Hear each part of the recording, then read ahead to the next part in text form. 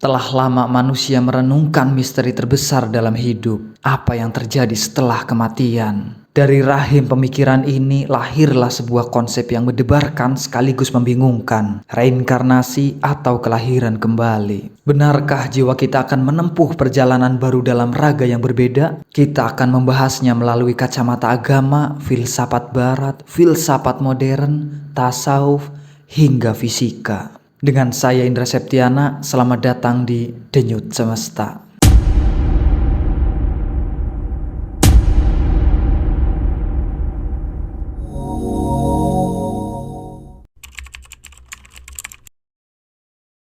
Kita mulai dari tempat di mana konsep reinkarnasi paling mengakar pada agama-agama timur, Hinduisme, Buddhisme, dan Jainisme. Reinkarnasi adalah pilar utama ajaran. Dalam Hinduisme, konsep ini dikenal sebagai samsara, siklus kelahiran, kematian, dan kelahiran kembali. Jiwa atau atman dianggap abadi dan akan berpindah dari satu tubuh ke tubuh yang lain. Itu semua ditentukan oleh karma, akumulasi perbuatan baik dan buruk. Tujuan akhir adalah moksa, pembebasan dari siklus samsara. Swami Vivekananda, salah satu tokoh besar Hindu modern, sering menjelaskan bahwa reinkarnasi adalah bagian dari hukum sebab akibat universal, di mana setiap tindakan akan kembali pada pelakunya. Sedangkan dalam Buddhisme, meskipun tidak sepenuhnya mengakui konsep atman yang kekal, namun mengajarkan kelahiran kembali, di mana kesadaran bisa berpindah. Penderitaan dalam hidup adalah akibat dari lingkaran kelahiran kembali ini, dan tujuannya adalah nirwana, pemadaman nafsu, dan pembebasan dari siklus. Dari sudut pandang agama-agama timur, reinkarnasi bukanlah sekedar mitos, melainkan hukum alamiah dan mekanisme keadilan kosmik.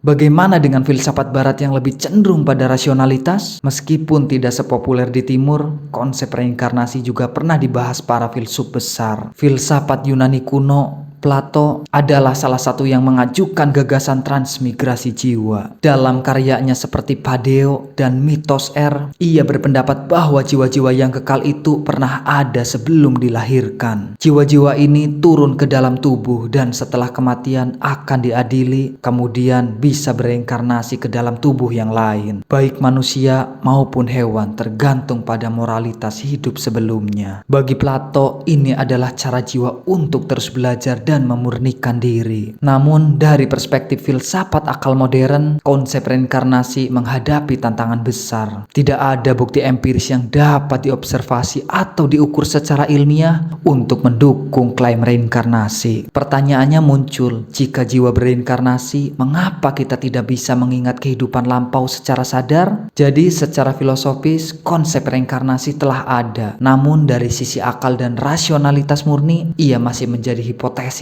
yang sulit dibuktikan.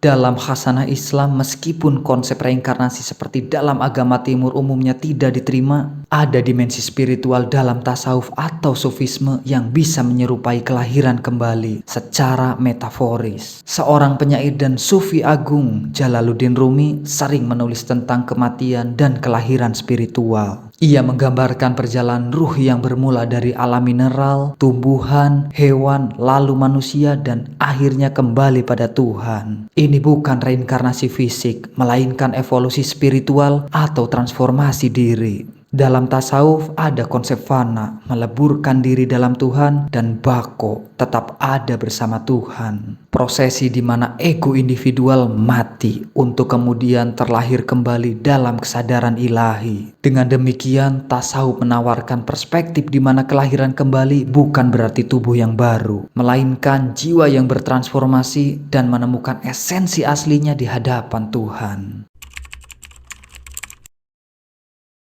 Kini mari kita beranikan diri melihat reinkarnasi dari lensa fisika dan ilmu pengetahuan modern. Apakah ada celah bagi reinkarnasi bisa masuk? Dalam fisika klasik, hukum kekekalan energi menyatakan bahwa energi tidak dapat diciptakan atau dihancurkan. Energi hanya dapat berubah bentuk. Beberapa interpretasi spiritual mencoba menghubungkan ini dengan reinkarnasi, mengklaim bahwa energi yang dianggap jiwa itu tidak hilang, hanya berpindah tempat. Namun ini adalah analogi yang sangat longgar dan tidak dapat diakui secara ilmiah. Ilmuwan tidak memiliki definisi operasional untuk energi jiwa yang dapat diukur. Sementara fisika kuantum membuka banyak misteri tentang realitas. Konsep reinkarnasi tetap berada di luar batas observasi dan eksperimen ilmiah. Pada dasarnya, ilmu pengetahuan modern termasuk fisika saat ini tidak memiliki bukti atau mekanisme yang dapat menjelaskan atau membuktikan fenomena reinkarnasi. Mungkin pertanyaan tentang reinkarnasi bukanlah tentang apakah ia bisa dibuktikan secara ilmiah, melainkan tentang bagaimana ia membentuk pandangan kita tentang kehidupan, kematian, dan tujuan eksistensi. Bagaimana menurut Anda, apakah reinkarnasi itu benar-benar terjadi?